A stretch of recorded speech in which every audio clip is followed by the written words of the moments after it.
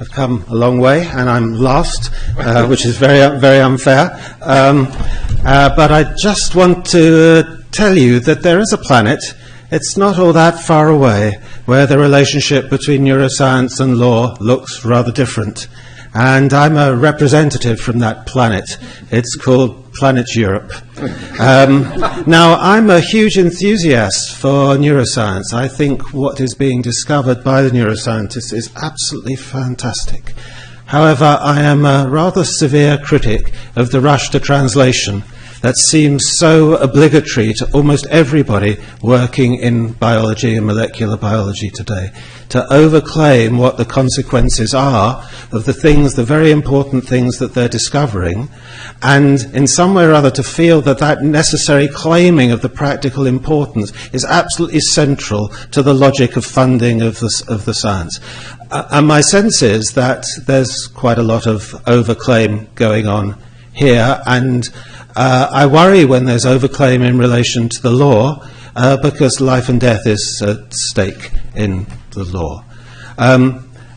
I don't have any figures. I do have a little presentation. I'm going to stick to it because I'm going last and I'm jet-lagged and I'll lose the point, although going last is always the temptation to comment on things. But there's just a couple of little figures that sort of I wrote on my hand because otherwise I'll forget them. There are approximately 100 billion neurons in the brain. Each neuron makes many connections with other neurons. The estimate is there are something like 100 trillion synapses in the brain. Now, I'll ask one of our brain imagers, how many synapses do you estimate there are in every pixel at the highest level of resolution that you do your brain imaging? 1 billion. A billion. 1 billion per cubic millimeter. 1 billion per cubic millimeter. So I think the level at which one is beginning to understand what's going on in the brain and the level at which connections are made in the brain at times ranging from a millisecond to a decade, there's a little bit of a disconnect there. And there's rather a large explanatory gap. I'm just going to move this thing up so I can find out what it is that I'm supposed to be talking about. It's not that there's no discussion about neuroscience and the law on that other planet, Europe. I was asked to convene a conference for the European Science Foundation a year or so ago about what was going on in Europe, and here are a few examples of the kinds of things that are going on in Europe, and I'll say a little bit about them in a minute. You'll notice that one or two of these little slides that I put up on the board deal with psychopathy, and I'm going to end, and I want to get to the end, I'm going to end by trying to talk about psychopathy. Okay, one thing that there isn't, however, in the UK at least, is a big debate about volition and free will. Now, there are certainly some neuroscientists who are doing interesting work on volition and free will. The late Sean Spence did work on volition and free will and argued that the consequences of the famous experiments done by Benjamin Libet that show that in a laboratory situation there is neural activity a few milliseconds before an individual is conscious of having made a choice to press a button, that those laboratory experiments had something to tell us about the way in which decisions were made in naturally occurring situations which might have relevance to the law. One of Geraint Rees's colleagues in London, Patrick Haggard, has done some really terrifically interesting experiments about volition of this sort, but they're in highly artificial laboratory situations, and to my mind they have absolutely no relevance to the kinds of decisions that humans are taking in ecologically important situations which have implications for the law. In fact, there is very little evidence of the use of imaging data at all in the British law, especially over questions to do with will and responsibility, the old questions of mens rea. Where there is, and this links to the paper earlier on by Susan Wolfe, where there is evidence is about the use of structural brain imaging to show that victims have brain damage and therefore are deserving of compensation. So that's where the imaging data comes in, and I think most of our imagers who are in the room would say at that level that imaging data is robust enough to do the kind of demonstration that the law requires, which is to argue, as Stephen says, that there is a clear causal relationship between this particular piece of evidence and this fact that we are trying in the case. Probabilistic evidence doesn't work in the courtroom, and we know that from a whole series of other cases, the premenstrual syndrome cases that some of you may remember 20 or so years ago, that seemed to demonstrate that women in the premenstrual phase were more liable to commit violent acts. Well, these were debated at length in the British legal system, and the argument that there was a simple probabilistic relationship, women in the premenstrual period were more likely to commit impulsive acts. This woman was in the premenstrual period. Therefore, the impulsive act that she committed was in some way related to her premenstrual situation. Therefore, that was in some way or other excusing. Those arguments were not accepted in the law because there was no clear causal connection. And in fact, what one finds in the UK courts, at least, is that the courts are really rather good at working out whether or not the neuroscientific evidence that is presented to them does match the kind of criteria which they require to come to some kind of a legal determination. Where this does lead to a debate, and where there's a big debate at the moment, there's going to be a report coming up soon from our commission on legal matters, is about the role of expert witnesses and how exactly expert witnesses should be allowed to present their expertise in the courtroom, which is something that I'll mention in a moment if I get there. What about Europe? Well, there's some evidence in Europe, but the evidence in Europe is interesting because the evidence in Europe suggests that there is not a demand from the law for neuroscientists to give evidence. There's not a problem which the law feels, which legal reason feels it needs a neuroscientific solution to. What there are there's some very enthusiastic neuroscientists who would love the opportunity to present their evidence in legal context. There are a few cases that came up. One actually in the midst of this conference I was having in Italy. Two actually in Italy.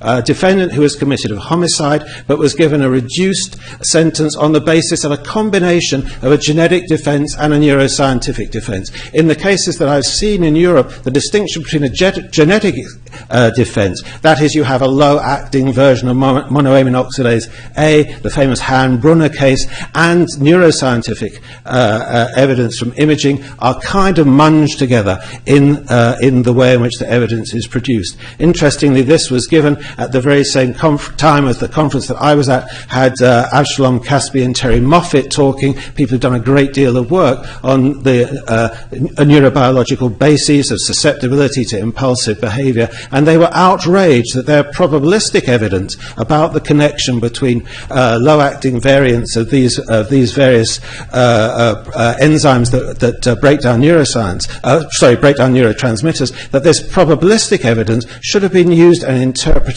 to make a decision in relation to a specific individual. That argument that we've heard a lot, and I think is a very, very salient argument, that you cannot go from probabilistic evidence about populations to determinate evidence about particular individuals. In Italy, there was another case where a bunch of young neuroscientists were absolutely adamant that they had something important to say about a young woman who was accused of violent and impulsive behaviour, and they made a report to the courtroom, and in fact that was not referred to in the summing up of the judge. And there's a colleague of mine in Germany, Hans Markowitz, who's done quite a lot of work on recall and so on and so forth. By and large, however, from what we know, there's not much debate about these things in the courtroom in Europe, although we know very little. We simply don't have the evidence, but the main site of the debate is elsewhere. Now, my view is, and I'll just say this very briefly because Stephen has already said this, that all the evidence we have from history is that the question of responsibility in the law will not be the question where neuroscience bites. Law has always resisted the incursion of the positive sciences of man. It resisted psychology. It resisted sociology across the 20th century, except in some specific cases where in some way or other there were other reasons for making those decisions. In questions of infanticide, where juries were very reluctant to commit in relation to juveniles, and specific excusing conditions. But the real place where things happen is outside the courtroom. It's before the defendant gets into the courtroom, and it's after the verdict, in sentencing, in the penal system, in risk assessment, and so on. I'll just say this very briefly. There's been a lot of discussion about images. It would be interesting to be able to present evidence about how those images are presented and interpreted in the courtroom. You may remember the famous Oregon school shooter, Kip Kinkle. Brain images were introduced in his case. Rather confusingly, the imager who introduced the brain images was called Conkle.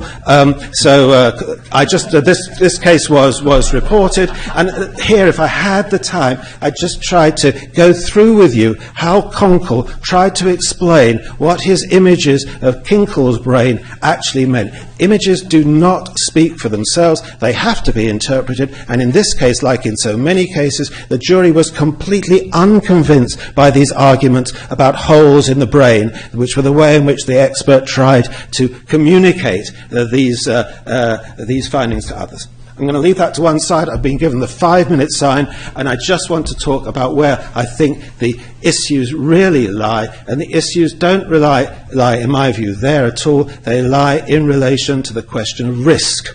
Why do they lie in relation to the question of risk? Not, I think, because neuroscience has raised the question of risk to the surface, to a high priority, but because we live in a culture where questions of risk, of prediction, of prevention, and preclusion have become very, very important culturally, politically, and socially. And I think it's that cultural, political, and social context which has led to this great emphasis on risk prediction and on risk prevention.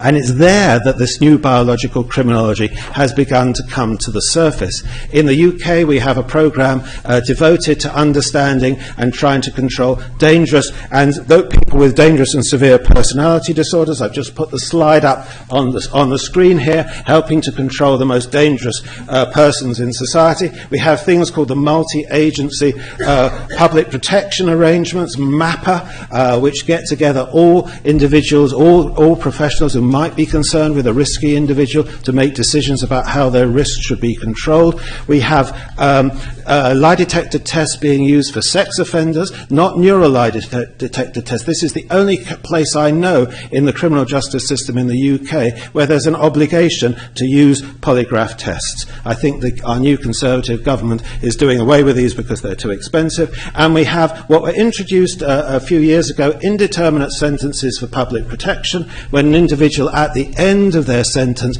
can be given a further indeterminate sentence because they are judged to be at risk. Now, it seems to me that it is in the question of assessing risk and predicting risk that one is going to see, if anywhere, these kinds of neurobiological arguments coming to the fore. Now, we've already heard a great deal about psychopathy. I myself have very severe anxieties about the term psychopathy, because if you look at the history of the term psychopathy, you see that it begins to bind together, and this is why I objected to the image that Kent Keel showed at the beginning of his presentation. It begins to bind together the most horrific individuals guilty of the worst offences that you can ever imagine, and even worse ones that our fiction writers imagine, the Hannibal Lecters of this world, with kids who are unable to control their behaviour in all sorts of ways in schools. There is a big programme of research going on to try and find biological predictors, biomarkers, if you like, of psychopathy, and to claim that those biomarkers of psychopathy should be the basis for early intervention into those children's lives.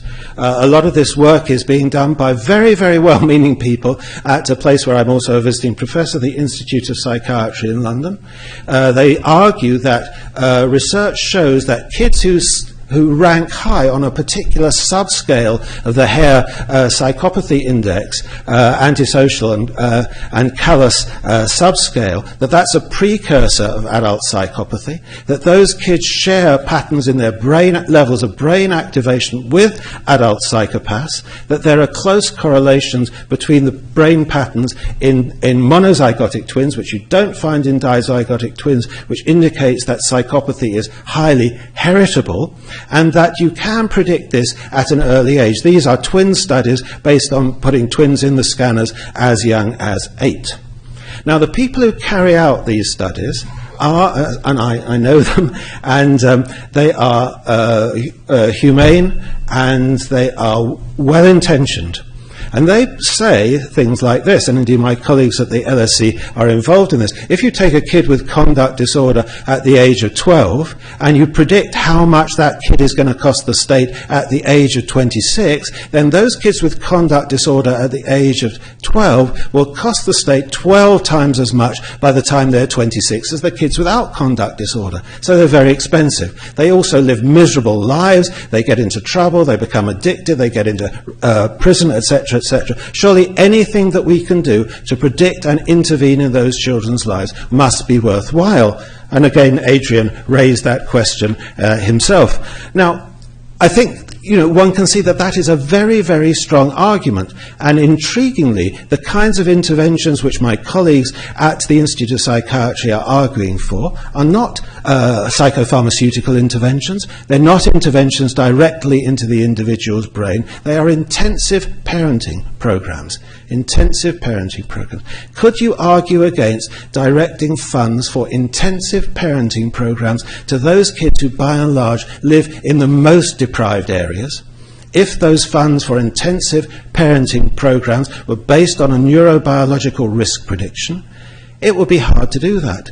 Yet with a colleague of mine, Ilana Singh at the LSE, we did quite a lot of work on the question of biomarkers. And we raised the question, well, I don't have to raise it now because Adrian's excerpt on the board showed that. What are the consequences of saying to an 8-year-old kid, or to the family of that 8-year-old kid, or to the doctors of that 8-year-old kid, or to the teachers of that 8-year-old kid, or to all those others around that 8-year-old kid, that this child bears the biomarkers for future psychopathy?